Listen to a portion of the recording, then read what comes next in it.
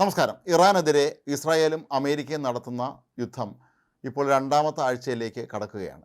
ഇപ്പോഴും ഇതിന് ഒരു സമാധാനം എന്ന് കൈവരും എന്നുള്ള കാര്യം ആർക്കും പറയാൻ കഴിയാത്ത അവസ്ഥയിലുമാണ്. ഐക്യരാഷ്ട്ര സഭ ഉൾപ്പെടെയുള്ള ആഗോള പ്രസ്ഥാനങ്ങളൊക്കെ തന്നെ ഇപ്പോൾ ഇതിൽ സജീവമായി ഇടപെടുന്ന സാഹചര്യത്തിൽ എന്നായിരിക്കും ഇതിനൊരു വിരാമമുണ്ടാവുക എന്നാണ് എല്ലാവരും ഇപ്പോൾ അന്വേഷിക്കുന്നത്. അതിനിടയിലുണ്ടായ ഏറ്റവും പ്രധാനപ്പെട്ട ഒരു സംഭവ വികാസം, ഇറാനിലെ പുതിയ പരമോന്നത നേതാവായ മുസ്തഫ ഖമേനിയെ വധിക്കാൻ അമേരിക്ക തീരുമാനിച്ചിരിക്കുകയാണെന്നാണ് പറയപ്പെടുന്നത്. അമേരിക്കൻ പ്രസിഡന്റ് ഡൊണാൾഡ് ട്രംപ് തന്നെ ഇപ്പോൾ വ്യക്തമാക്കിയിരിക്കുന്നത്, ആണവ നിർവ്യാപനവുമായി ബന്ധപ്പെട്ട് ഇറാൻ ഇപ്പോഴും ഒത്തുതീർപ്പിന് തയ്യാറല്ലെങ്കിൽ മുസ്തഫ ഖമേനിയെ തങ്ങൾ വധിക്കുമെന്ന് തന്നെയാണ്.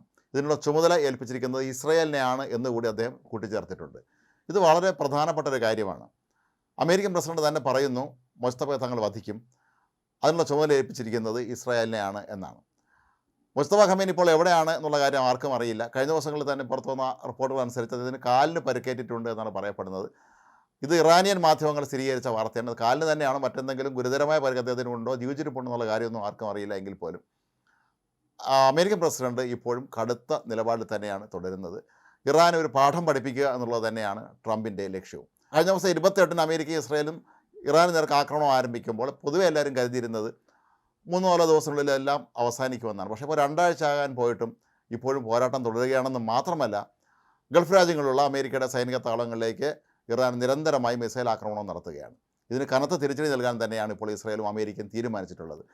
കഴിഞ്ഞ ദിവസങ്ങളിൽ ഇന്നലെയും ഇന്നുമായി ഇറാൻ്റെ തലസ്ഥാനമായ ടെഹ്റാനിൽ ആ രാജ്യം ഇന്നോളം കണ്ടില്ലാത്ത തരത്തിലുള്ള അതിശക്തമായ ബോംബാക്രമണമാണ് ഇപ്പോൾ ഈ 2 രാജ്യങ്ങളും ചേർന്ന് നടത്തിക്കൊണ്ടിരിക്കുന്നത്. ടെഹ്റാനിലെ അവരുടെ ഏറ്റവും പ്രധാനപ്പെട്ട സൈനിക വിഭാഗമായ ഇസ്ലാമിക് റവല്യൂഷണറി ഗാർഡ് കോർപ്സിൻ്റെ ആസ്ഥാന മന്ദിരം വരെ അമേരിക്ക മിസൈൽ അയച്ച് തകർത്തു എന്നാണ് ഇപ്പോൾ കിട്ടുന്ന വാർത്ത. പക്ഷേ ഇപ്പോഴും അവർ തിരയുന്നത് ഈ അവരുടെ പരമോന്നത നേതാവായ മുസ്തഫ എവിടെയാണ് എന്നാണ്. മുസ്തഫയെ പിടികൂടി വധിക്കുക എന്നുള്ളത് ഇപ്പോൾ ഇസ്രായേലിന് തന്നെ ലഭിച്ചിരിക്കുന്ന ഒരു പുതിയ ചുമതലയാണ്. അതുകൊണ്ട് തന്നെ അവർ അക്കാര്യം വളരെ കൃത്യമായി ചെയ്യുമെന്നുള്ള ഉറപ്പുള്ളത് കൊണ്ട് തന്നെയാണ് അമേരിക്ക ഇക്കാര്യം ഇസ്രായേലിനെ ഏൽപ്പിക്കുക എന്ന് പറയുമ്പോൾ അവരുടെ രഹസ്യാന്വേഷണ സംഘടനയായ മൊസാദിനെ ഏൽപ്പിക്കുക എന്നാണ് എൻ്റെ അർത്ഥം. ലോകത്തെ പ്രധാനപ്പെട്ട എത്രയോ പേരെ, ഹിസ്ബുള്ള തലവൻ ഹസൻ നസറുള്ള ഉൾപ്പെടെയുള്ള, അതുപോലെ ഹമാസിൻ്റെ പ്രധാനപ്പെട്ട നേതാക്കളെ എല്ലാവരെയും വധിച്ചതിൻ്റെ പിന്നിൽ പ്രവർത്തിച്ച ബുദ്ധി കേന്ദ്രം മൊസാദ് തന്നെയായിരുന്നു. കഴിഞ്ഞ ദിവസം ട്രംപ് പറഞ്ഞിരുന്നു മുസ്തഫ ഖമേനി പുതിയ പിൻഗാമിയായി നിയോഗിക്കപ്പെട്ടെങ്കിൽ തങ്ങളത് അംഗീകരിക്കുന്നില്ല എന്നും അധികാരം ഇയാൾക്ക് ഈ സ്വസ്ഥമായി ഈ പദവിയിൽ തുടരാൻ കഴിയുകയില്ല എന്നുമാണ്. വളരെ നേരത്തെ തന്നെ ഇസ്രായേൽ പ്രധാനമന്ത്രി, ഇസ്രായേലിൻ്റെ പ്രതിരോധ മന്ത്രിയും എല്ലാം തന്നെ ഇക്കാര്യത്തിൽ മുന്നറിയിപ്പ് നൽകിയിരുന്നു. ഇസ്രായേലിലെ പ്രതിരോധ മന്ത്രി ഇസ്രായേൽ കാറ്റ്സ് പ്രഖ്യാപിച്ചതാകട്ടെ, ആരെ വേണമെങ്കിലും ഒരു പിൻഗാമി ആയിക്കോട്ടെ, ഞങ്ങൾ അയാളെ വധിക്കും എന്നുള്ളതായിരുന്നു. അപ്പോൾ ഈ ഒരു സന്ദർഭത്തിൽ മുസ്തഫ ഖമേനിയെ ഏതോ ഒളിസങ്കേതത്തിൽ ഇവർ ഒളിപ്പിച്ച് പാർപ്പിച്ചിരിക്കുകയാണ്, അല്ലെങ്കിൽ ചികിത്സിക്കുകയാണെന്ന് വേണം മനസ്സിലാക്കാൻ. പക്ഷേ അമേരിക്കൻ പ്രസിഡന്റ് ഇപ്പോൾ ഈ ഒരു ചുമതല ഇസ്രായേലിന് നൽകിയ സ്ഥിതിക്ക് ദിവസങ്ങൾക്കുള്ളിൽ തന്നെ ആ കൃത്യം നടന്നിരിക്കും എന്നാണ് പൊതുവെ കരുതപ്പെടുന്നത്. അതേസമയം മുസ്തഫ ജീവിച്ചിരിപ്പുണ്ടോ എന്നുള്ള സംശയം ഇപ്പോഴും പലരും ഉന്നയിക്കുന്നുണ്ട്. പുതിയ പരമോന്നത നേതാവായി ചുമതലയേറ്റുവെങ്കിലും ഇനിയും ടെലിവിഷനിലൂടെ അദ്ദേഹം അഭിസംബോധന ചെയ്യുകയോ എന്തെങ്കിലും കാര്യങ്ങൾ വെളിപ്പെടുത്തുകയോ മാധ്യമങ്ങളെ കാണുകയോ ഒന്നും തന്നെ ചെയ്തിട്ടില്ല. അപ്പോൾ അതിൽ നിന്നൊക്കെ തന്നെ മനസ്സിലാക്കാൻ കഴിയുന്നത് മുസ്തഫ ഖമേനിക്കും ഒരു പക്ഷേ പരിക്കേറ്റ് എന്ന് പറയുന്നത് ഗുരുതരമായി പരിക്കേറ്റിരിക്കുക, അല്ലെങ്കിൽ അദ്ദേഹം ജീവിച്ചിരിപ്പില്ലായിരിക്കാമെന്നാണ്.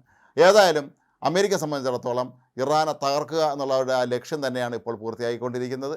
മാത്രവുമല്ല, ഇറാനിലെ ആണവ കേന്ദ്രങ്ങളുമായി ബന്ധപ്പെട്ട് പ്രമുഖ പാശ്ചാത്യ മാധ്യമമായ ഡെയിലി മെയിൽ നടത്തിയൊരു അന്വേഷണത്തിൽ അവരുടെ ഏറ്റവും പ്രധാനപ്പെട്ട ആണവ കേന്ദ്രം നഥാൻസ് ആണവ കേന്ദ്രം പൂർണ്ണമായും നശിച്ചിരിക്കുന്നു എന്നാണ് മനസ്സിലാക്കാൻ കഴിയുന്നത്. സാറ്റലൈറ്റ് ചിത്രങ്ങൾ ഉപയോഗിച്ചുകൊണ്ട് അവർ നടത്തിയ പഠനങ്ങളുടെ ഒടുവിൽ ഇപ്പോൾ പുറത്തുവിട്ടിരിക്കുന്ന ഒരു വിവരമനുസരിച്ചാണെങ്കിൽ നഥാൻസ് ആണവ കേന്ദ്രത്തിൻ്റെ പരിസരം മുഴുവൻ തകർന്ന് തരിപ്പണമായി, അവിടെ കിടന്ന വാഹനങ്ങളുടെയും അതുപോലെ അവിടെ തകർന്ന് തരിപ്പണമായി കിടക്കുന്ന കെട്ടിടങ്ങളുടെയൊക്കെ തന്നെ ചിത്രങ്ങൾ ഉപഗ്രഹ ചിത്രങ്ങളായി അവർക്ക് ലഭ്യമായിട്ടുണ്ട്. അപ്പോൾ അങ്ങനെ നോക്കുമ്പോൾ ഇറാൻ ഇത് വലിയ തോതിലുള്ള തിരിച്ചടി തന്നെയാണ് ഇപ്പോൾ അമേരിക്കയും ഇസ്രായേലും ചേർന്ന് നൽകുന്നത്. പക്ഷേ എത്രത്തോളം ദിവസം ഇറാന് പിടിച്ചു നിൽക്കാൻ കഴിയുമെന്നുള്ളതാണ് ഇവിടെ വരുന്ന ചോദ്യം.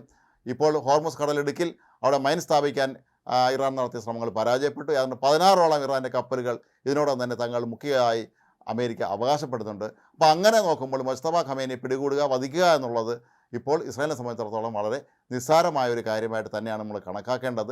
അത് എത്രയും വേഗം ആ ദൗത്യം പൂർത്തിയാക്കുക തന്നെ ചെയ്യും എന്നാണ് ഇപ്പോൾ ഡൊണാൾഡ് ട്രംപിൻ്റെ വാക്കുകളിൽ നിന്ന് നമുക്ക് മനസ്സിലാക്കാൻ കഴിയുന്നത്.